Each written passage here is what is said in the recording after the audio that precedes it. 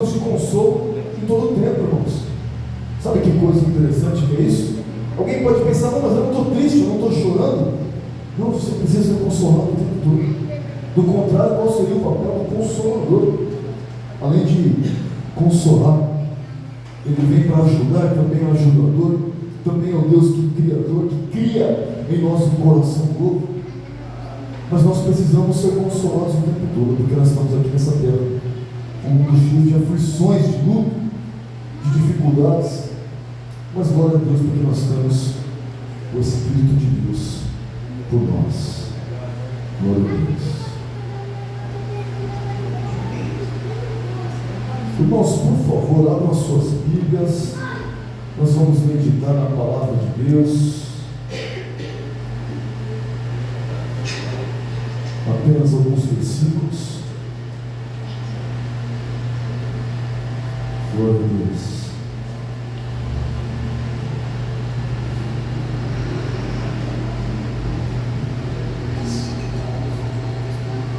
Lucas, capítulo 23, versículo 41. Glória a Deus.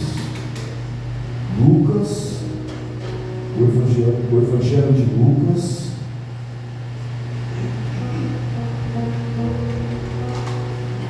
capítulo 23,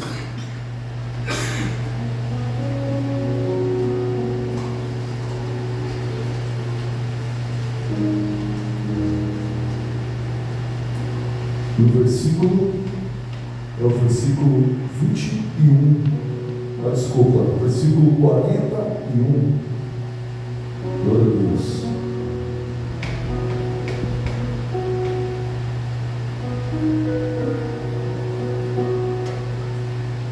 Diz assim a palavra de Deus, Lucas 23, 41.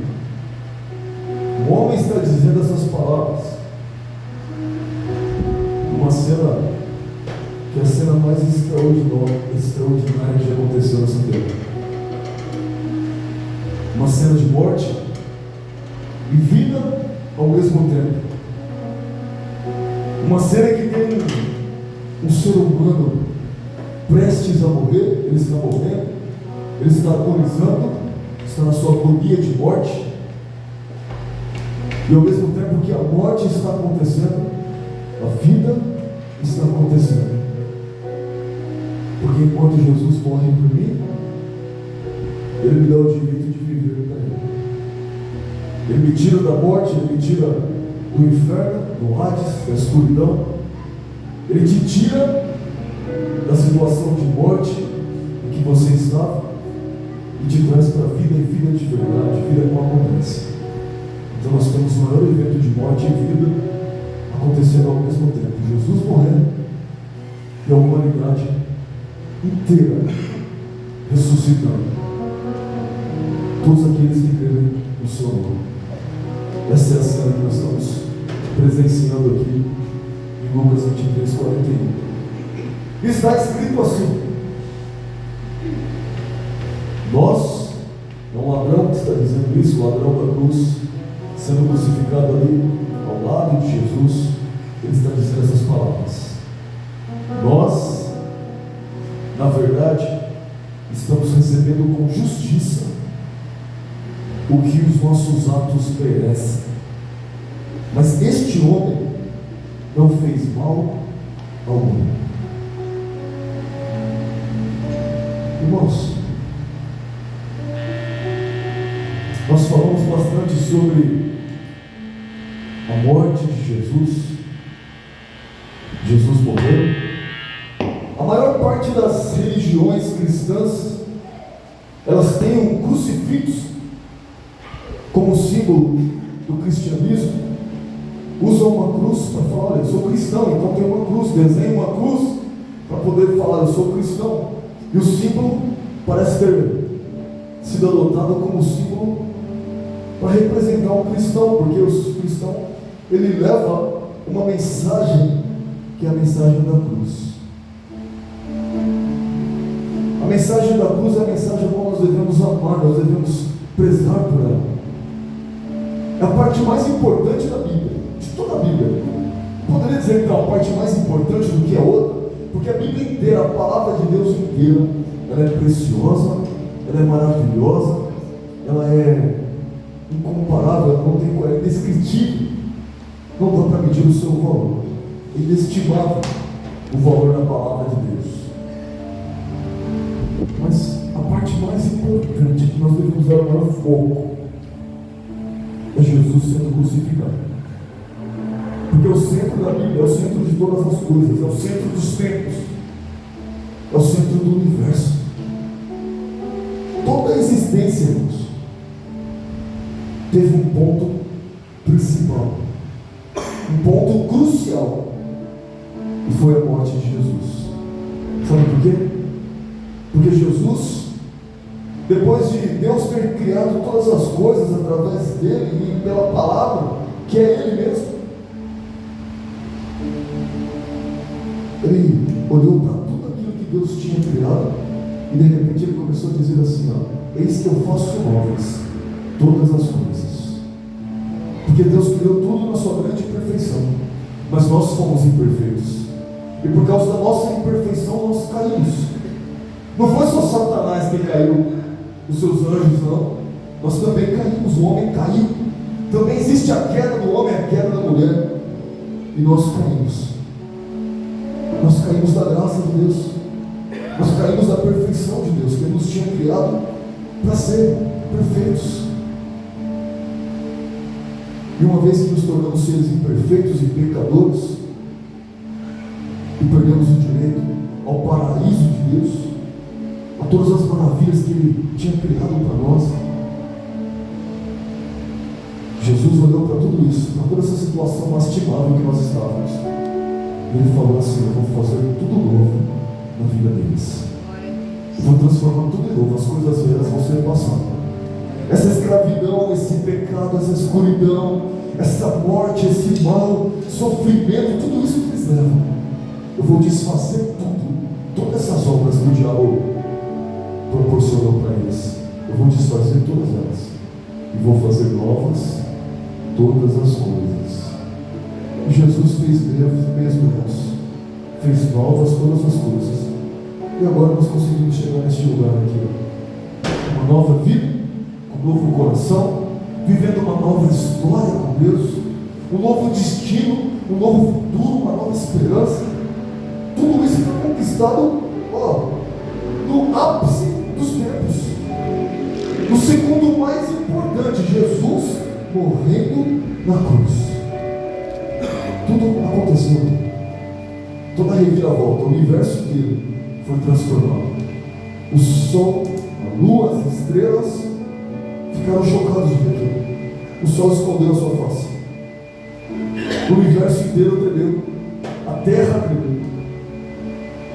Coisas extraordinárias aconteceram, porque o Filho de Deus foi morto.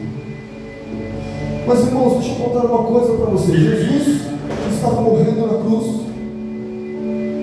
e do jeito que foi profetizado lá há muitos anos dele nascer, disseram assim: vai acontecer algumas coisas, vão furar as mãos e os pés dele, ele vai ser açoitado. Olha só, traspassaram-lhe as mãos e os pés. O salmista escrevia as palavras como sendo o próprio Jesus falando, e ele não tinha nascido ainda, irmãos. Ele dizia assim: como água me derramei, como água o meu coração se derramou, se derreteu como cera dentro de mim. Por causa da sede, a língua me cola no céu da boca. Os cães me rodearam.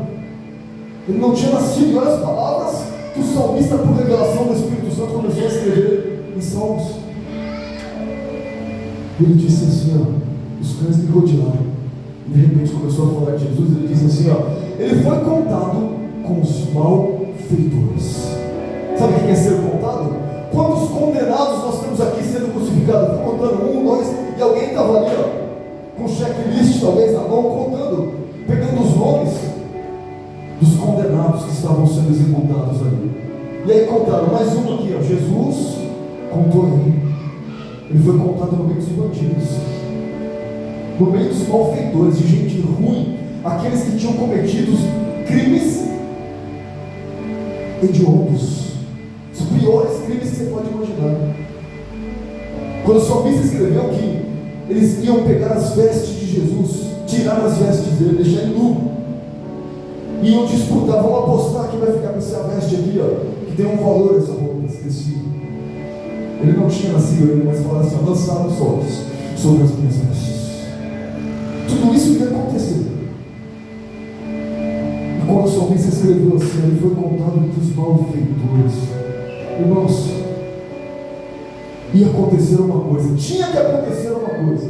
Jesus tinha que estar pendurado na cruz e tinha que ter um bandido à sua esquerda e um bandido à sua direita. Duas pessoas importantíssimas na palavra de Deus, porque, como eu disse, essa cena resume a sua vida e a minha vida. A cena da crucificação, ela coloca sentido na sua vida. Olha só, se alguém falar para você assim, ou para mim, qual que é o sentido da vida para você? Eu falo na mesma hora: o sentido da minha vida, Jesus morreu na cruz por mim, e Ele colocou um sentido na minha vida. A minha vida não tinha sentido nenhum. Então, se você me perguntasse isso antes, a resposta minha seria: minha vida não tem sentido. Mas hoje, que eu percebi o que Ele fez por mim, que Ele morreu por mim, o sentido da minha vida é Cristo Jesus. E a mensagem que eu carrego na minha boca e no meu coração, a mensagem da cruz. Mas, irmãos, olha só, Jesus foi contado entre os malfeitores e Ele foi crucificado junto com eles. Sofreu uma pena terrível, a pena de crucificação. E quando o condenado, irmãos, ele falava assim: ó, vai ser crucificado, e eles açoitavam, muitos deles morriam castigotadas, já sangrava ali, já morria ali mesmo, não chegava nem na pendura na cruz.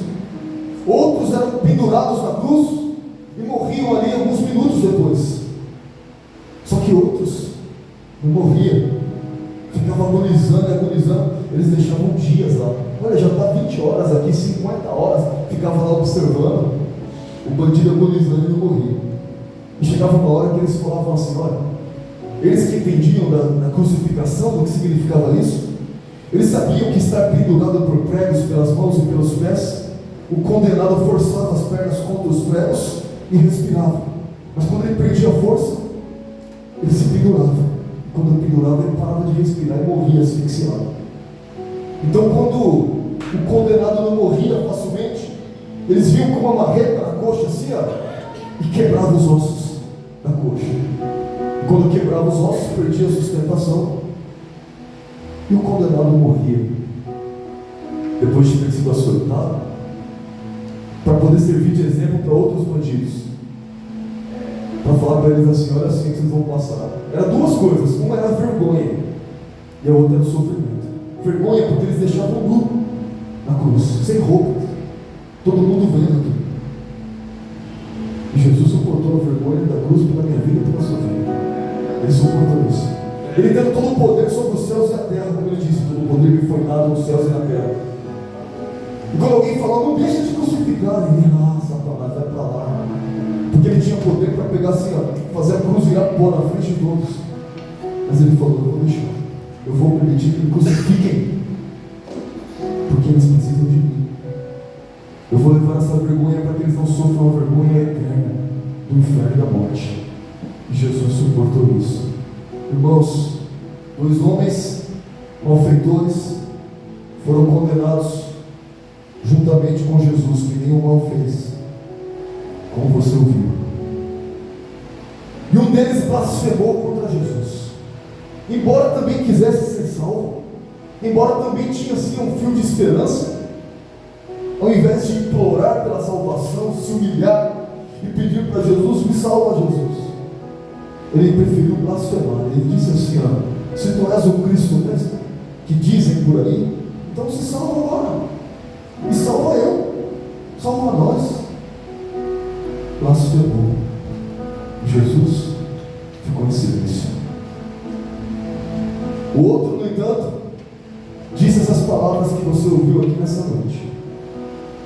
Disse essas palavras profundas que você percebeu aqui. Ele disse assim: ó, Nós, na verdade, estamos recebendo com justiça o que os nossos atos merecem. Mas este homem, esse Jesus, não fez nada, não fez mal nenhum, e ele está morrendo. Ele começou a olhar para Jesus e falou: como é que pode uma coisa dessa? Só tem uma coisa pior para mim do que está morrendo agora. Porque quando eles estão me crucificando aqui e eu estou morrendo, parece que o meu remorso está diminuindo. Eu estou pagando pelo que eu fiz. Mas puseram do meu lado Jesus, o inocente. E olha só, o Espírito Santo começa a revelar para ele: é o Cordeiro Santo de Deus, é o Cordeiro inocente. E ele clama por misericórdia e fala: Jesus, Senhor. O coração dele já estava parando, irmãos. Ele falou assim, ó, as forças que restavam, porque deve ser bem difícil falar crucificado.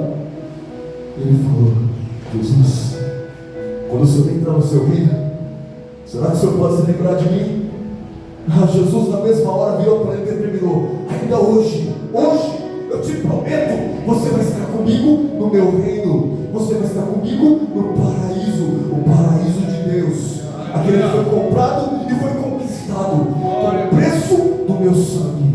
Ele simplesmente olhou para aquele bandido e falou: meu sangue está indo sobre a sua vida agora, está salvo, vai para o céu.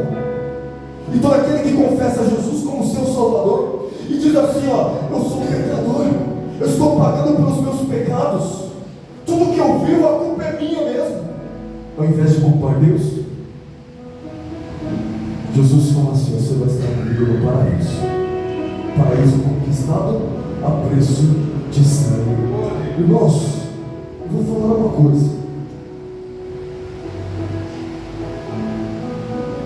Essa atitude desse homem que teve de olhar para Jesus e reconhecer o próprio pecado, e reconhecer a inocência de Jesus, e clamar por ele, define a salvação de toda a humanidade. Vocês que estão aqui nessa noite, você que está me ouvindo agora, nesse momento, só tem um jeito de você ser salvo. Talvez você pense: eu sou salvo, então ótimo, glória a Deus, eu também imagino isso, que eu sou salvo. Mas só tem um jeito de nós sermos salvos: é se nós agirmos como esse bandido. Porque diante de Deus não existe um mais justo que o bandido. Ah, mas eu não sou um bandido, eu sou muito melhor do que ele. Irmãos, a pureza, a santidade, a grandeza, a glória de Deus é tão grande, que quando Ele olha para nós, Ele vê igual, é tudo humano. E a pessoa mais justa que existe nessa terra, neste momento, sabe aquele que é justo mesmo, que é íntegro mesmo, que olha para Deus e fala: mas esse homem é certíssimo, é o santo da terra. Quando Deus olha para ele, só enxerga uma coisa: panos imundos, trapos de imundície. É a Bíblia que diz isso. Quem que pode dizer: eu sou justo diante do Altíssimo, eu sou certinho, eu sou santo? Não dá. A gente é contado entre os malfeitores. E se Jesus salvou ele, nós temos que ficar felizes. Se Jesus salva um bandido hoje na cadeia, nós temos que dar glória, porque é o mesmo sangue que nos salva. Então o caminho para a salvação é confessar que a situação que o ser humano está vivendo é por culpa dele mesmo. E o caminho para a perdição é culpar a Deus, é não assumir a responsabilidade. Dois bandidos, um assumiu a responsabilidade e disse: eu sou responsável, estou sendo crucificado agora e com justiça, está certo, era isso mesmo que era para acontecer. E o outro ficou revoltado, não assumiu a responsabilidade pelos seus atos. Eu quero falar com você sobre esse tipo de coisa nessa noite.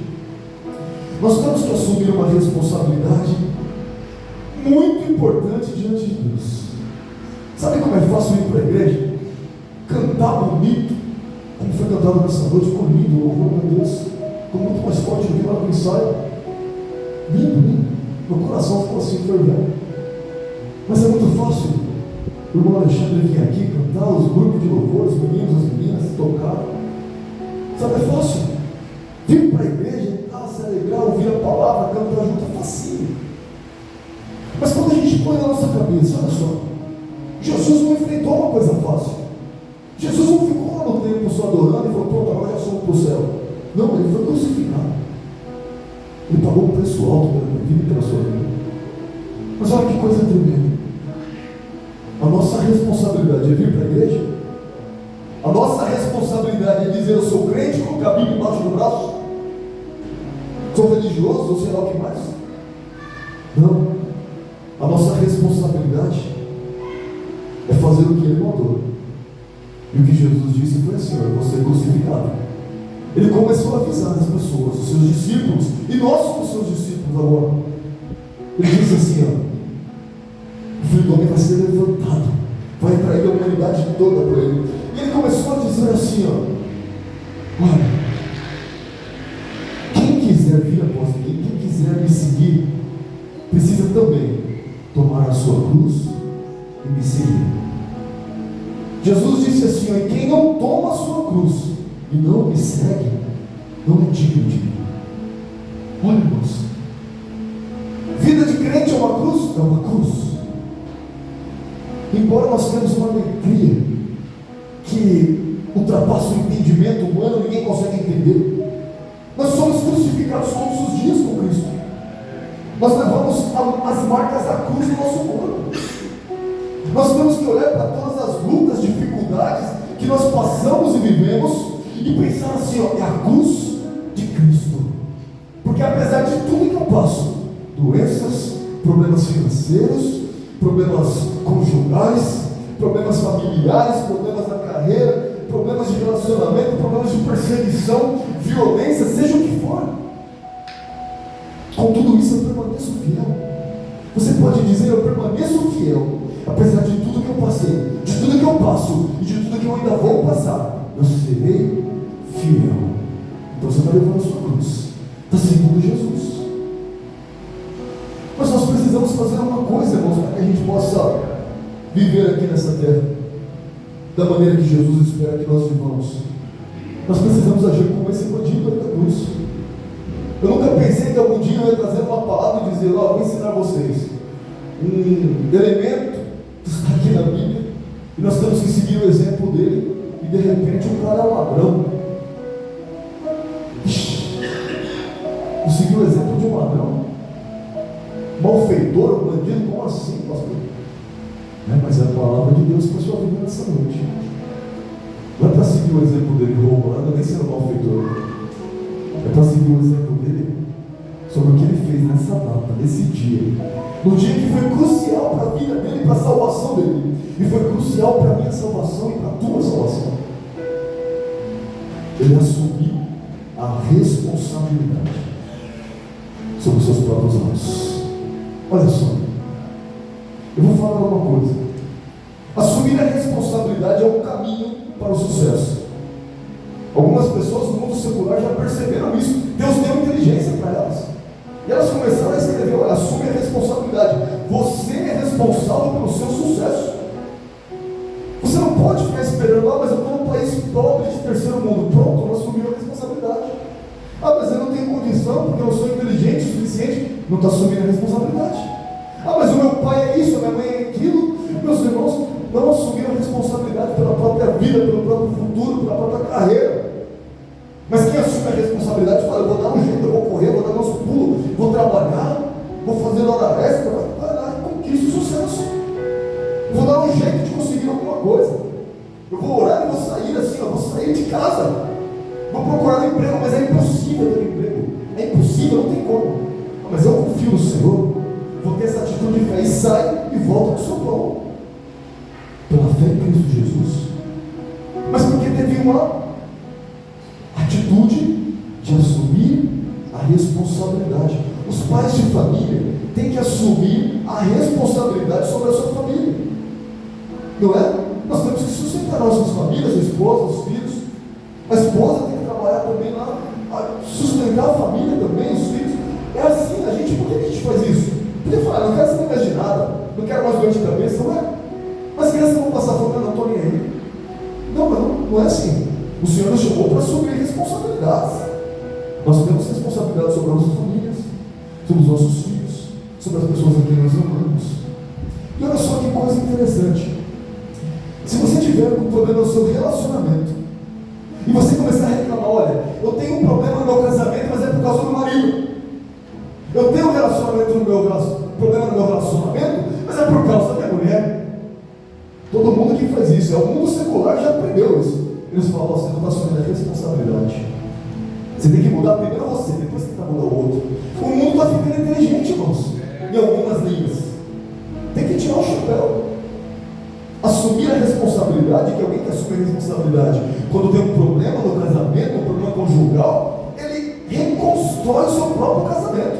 Ele fala: nossa, a responsabilidade é minha, eu vou fazer de tudo para reconstruir, para transformar, e vou viver o melhor de um casamento que alguém pode viver. Pronto, vai viver.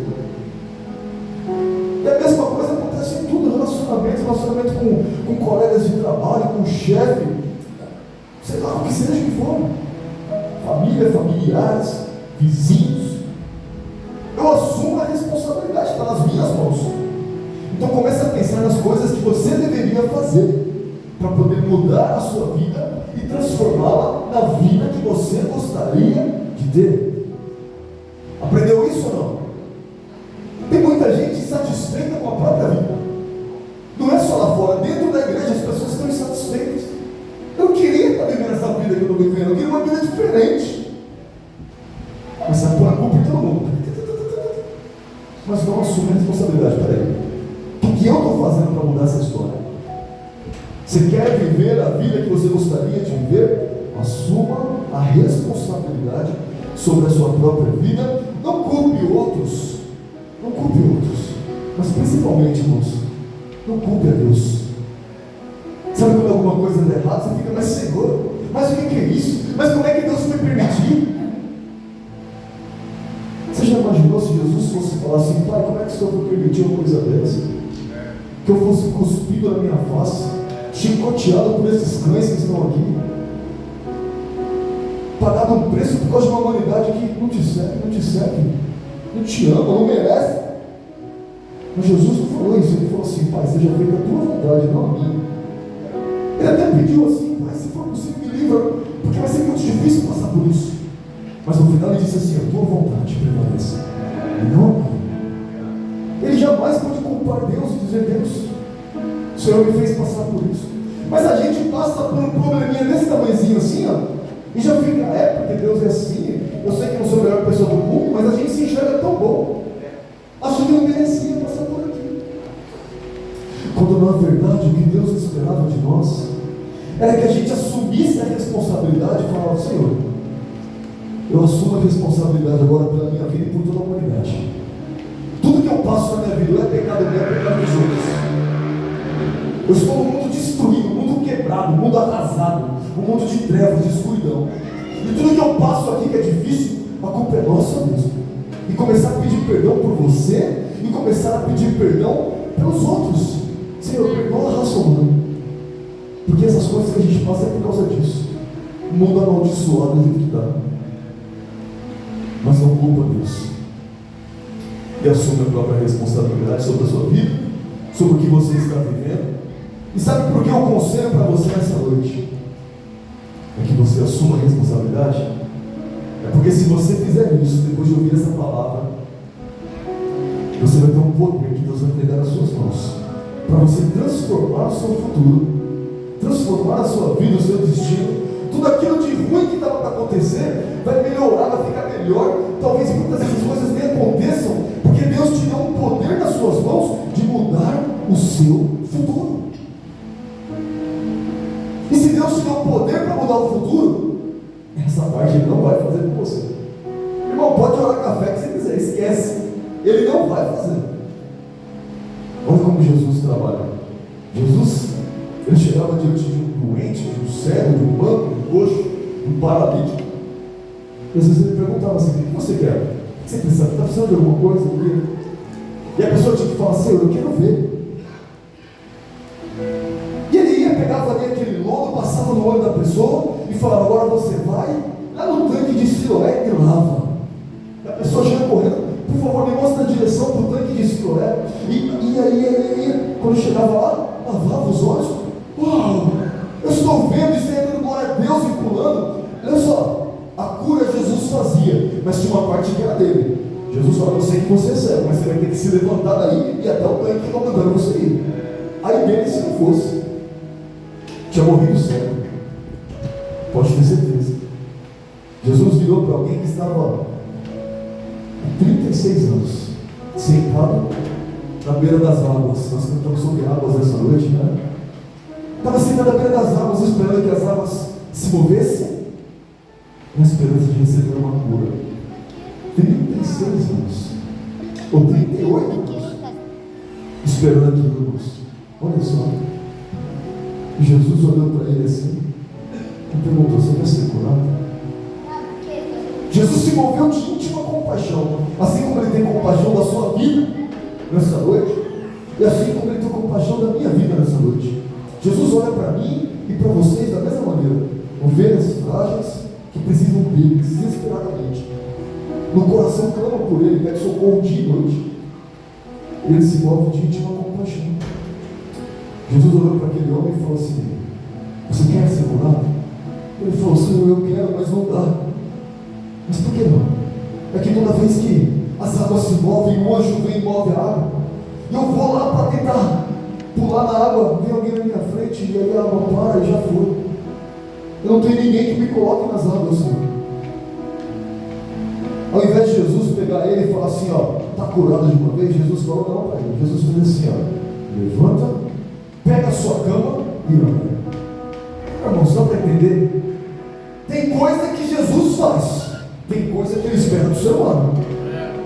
Se aquele homem olhasse para Jesus e dissesse: Senhor, eu não sei se o Senhor me conhece, mas eu estou aqui há 38 anos, sou aleijado, será que o Senhor é cego? Eu estou aleijado, as minhas pernas não funcionam, minha coluna, eu não ando, passou informação, Jesus não anda. Mas não, como Jesus falou: levanta-se, pega a tua cama e vai andando agora. Ele olhando para Jesus ali, eu não tenho outra coisa a fazer, não sei obedecer. Ele está esperando uma atitude de mim. Eu que sou um coitado que estou aqui, eu não tenho força para andar, mas ele espera que eu ande. E agora? Que dilema, hein?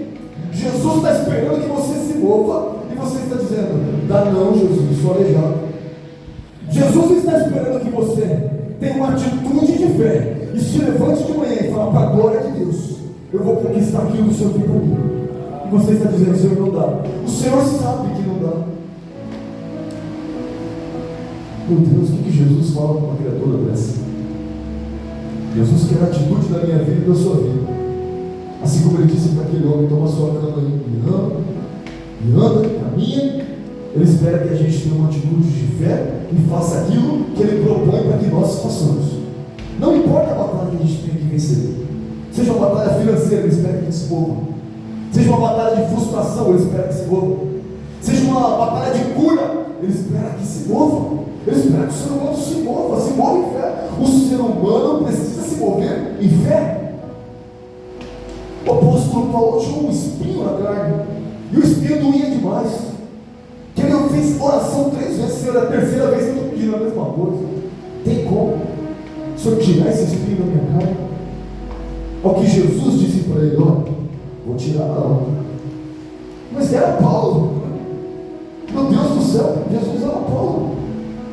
Por que não? Ele falou: não. Por que, Paulo? Porque a minha graça te é suficiente. A minha graça te basta. Então tem momentos, irmãos, que Jesus vem e tira o espinho, fala: está sofrendo, ele vem e tira assim, ó, pronto, passou, aliviou. E tem horas que ele fala assim: ó, eu vou te fortalecer de uma maneira tão grande que você vai olhar para esse espinho na sua carne assim, vai dar risada: você é nada, isso aqui é uma piada para mim. Mas como? Esse espinho está doendo? Não, dói o quê, rapaz?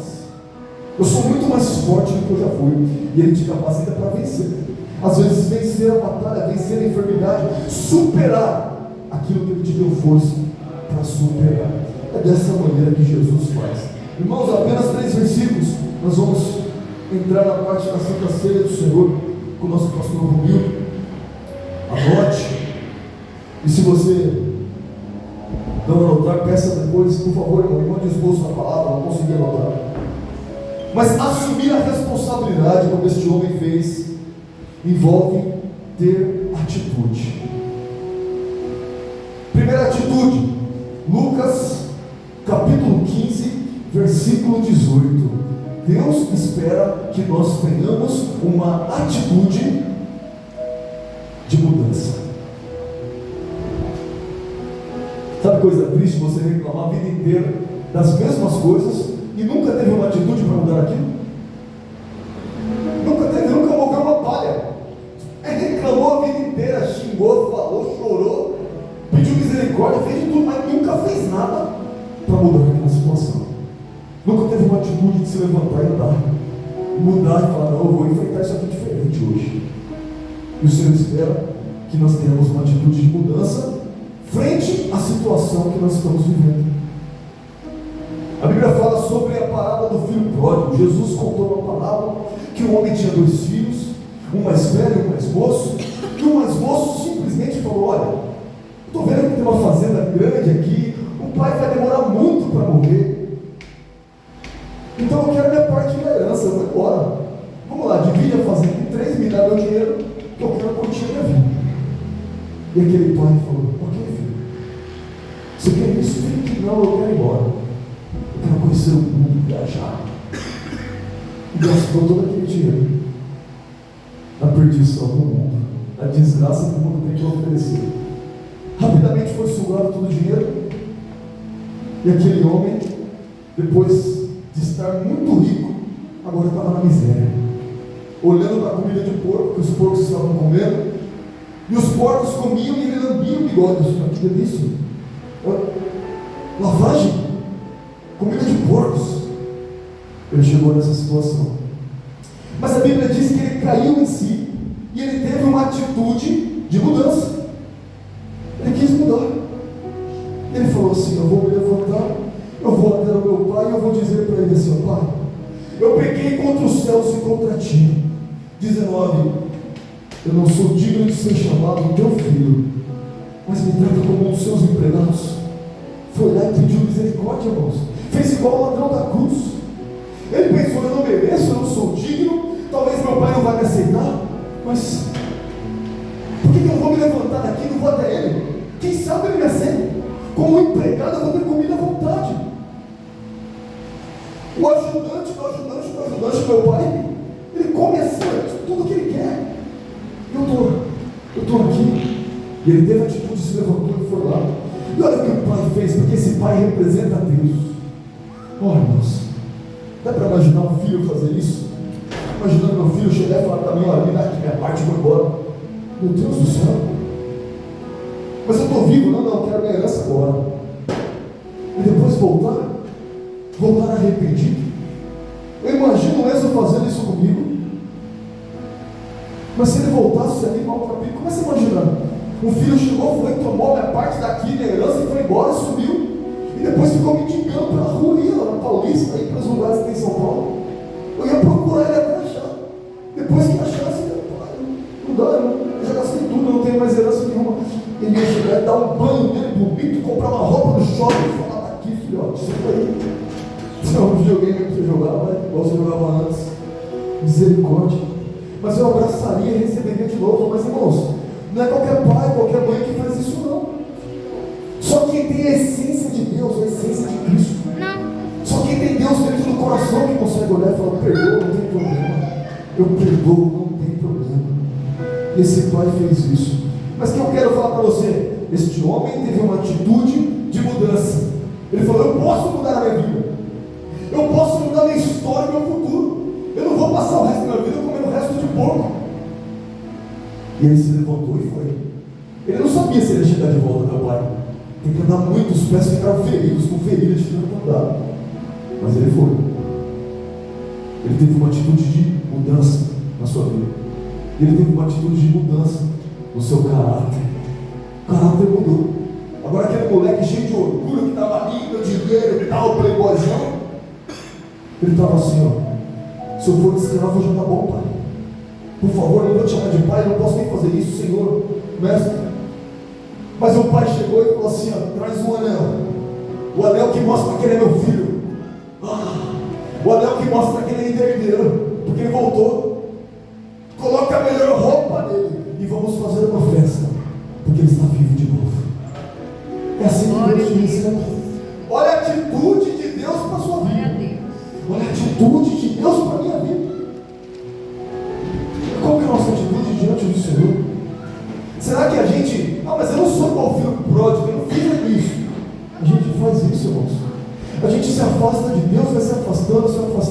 dá as costas para ele e vai embora, e nunca mais, e não entra mais na presença.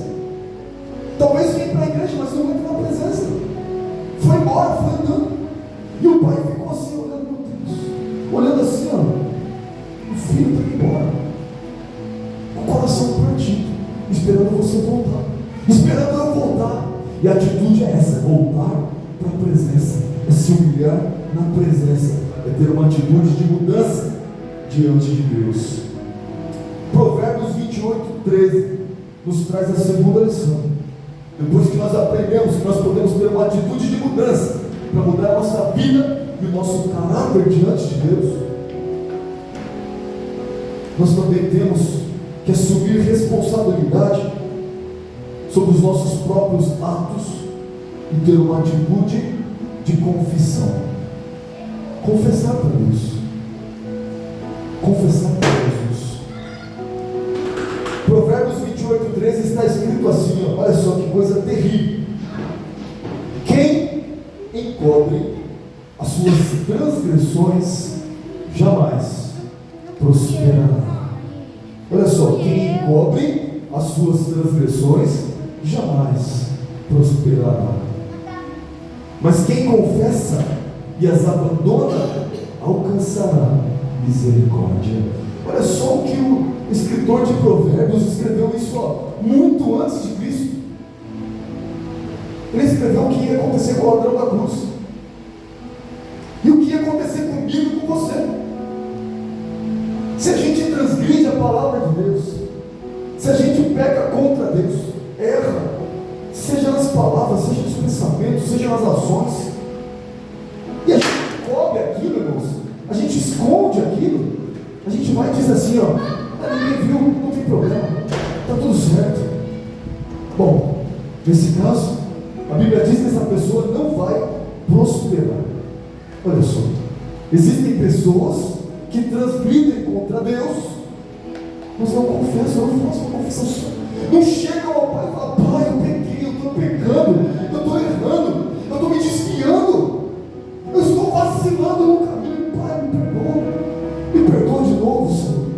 E Ele vem e perdoa, e aí você prospera, e aí você cresce, você avança, você dá um novo rumo para a sua vida, desde que você confesse e abandone aquilo. Eu não quero mais isso para mim. Eu estou vivendo uma situação em que eu preciso confessar para Deus e eu preciso abandonar definitivamente aquilo. A Bíblia diz bem claro: alcançará misericórdia. Aquele que deixa esse caminho alcança misericórdia.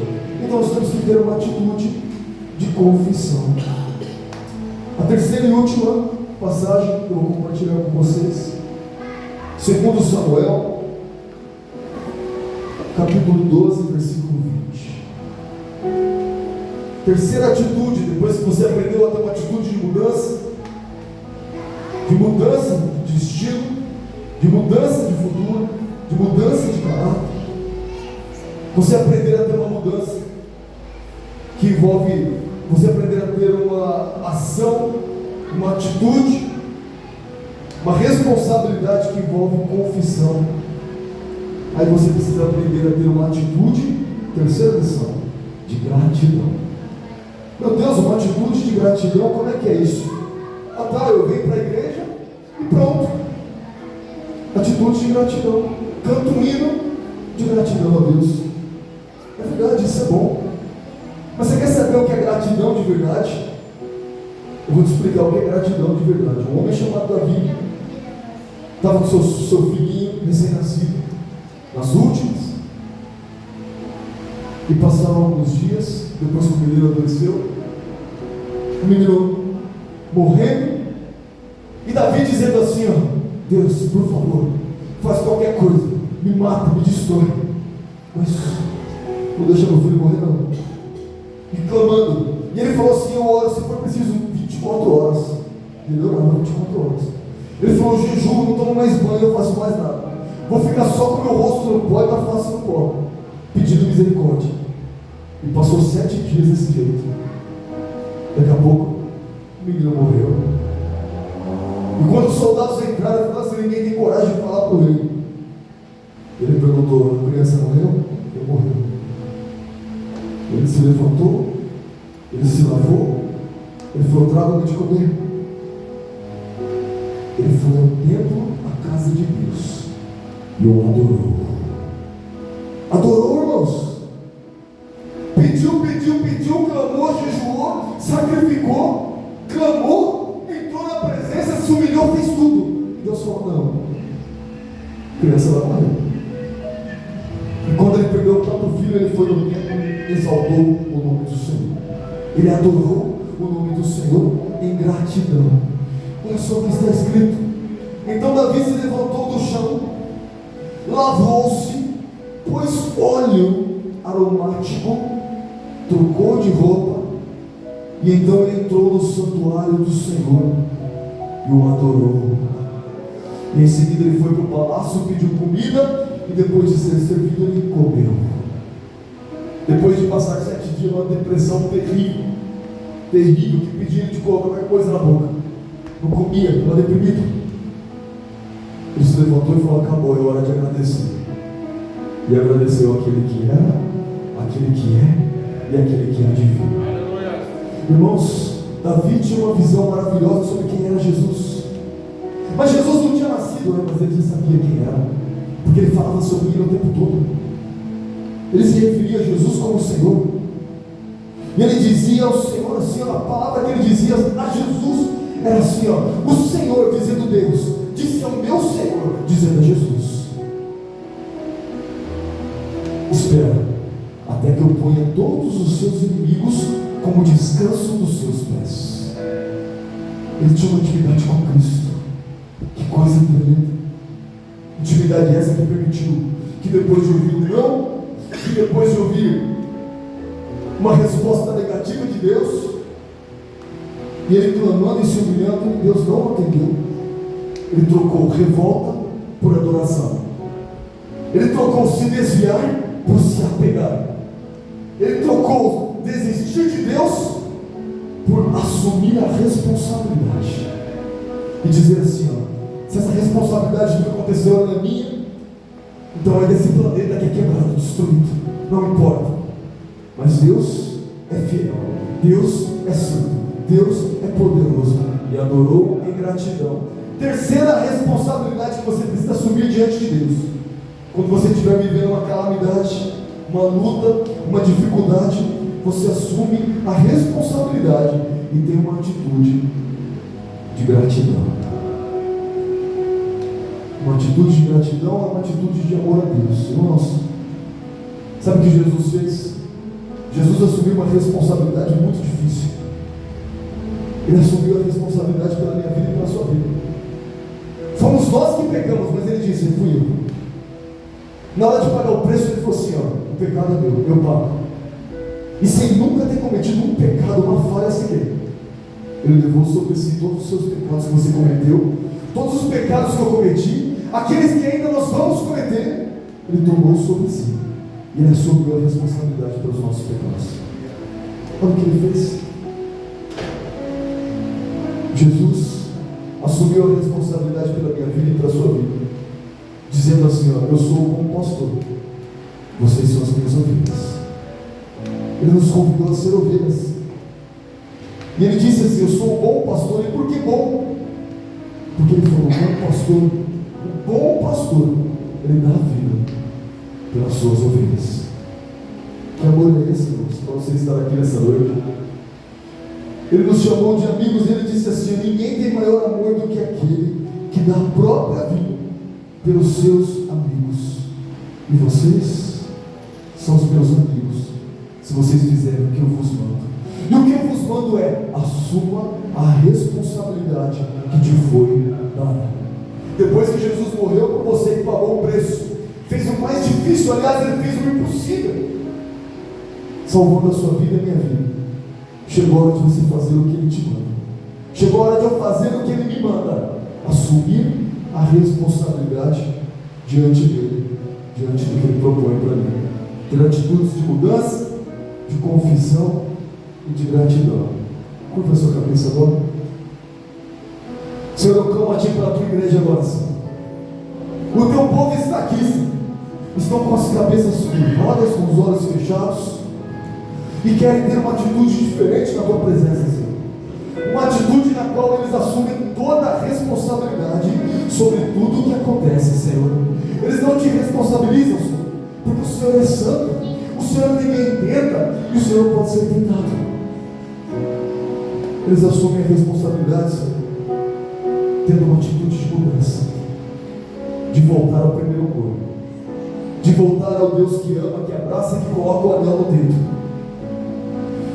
Oh Deus, obrigado por fazer isso por nós. Obrigado por fazer essa maravilha por nós, por um anel no nosso dedo e nos chamar de filhos, depois da nossa atitude de mudança de caráter, de mudança de atitude e de direção. Senhor, nós queremos ter uma atitude agora. Nós confessamos nossos pecados diante do teu altar agora. Nós confessamos, nós somos falhos, somos pecadores. Nós pedimos a tua misericórdia. Nos levantamos, Senhor, e vamos ao teu encontro. Alcançamos a tua misericórdia, porque deixamos para trás a nossa atitude egoísta em que nós pecamos. E nós temos diante do Senhor agora uma atitude de gratidão. Não importa o que nós tenhamos vivido, não importa o que nós vamos viver, nós somos gratos a ti, Senhor, por tudo que o Senhor fez e o que o Senhor vai fazer. Nós vamos te agradecer sempre, Senhor. Vamos te adorar sempre no teu santo templo, enquanto nós vivemos, independente do que nós vamos viver, do que nós vamos passar. Nós vamos ter atitude de gratidão diante do Senhor. E nós pedimos essa graça, essa força, neste momento, em nome de Jesus. E te agradecemos porque confiamos no Senhor. Amém, Senhor. Amém, Jesus. Aplauda Jesus.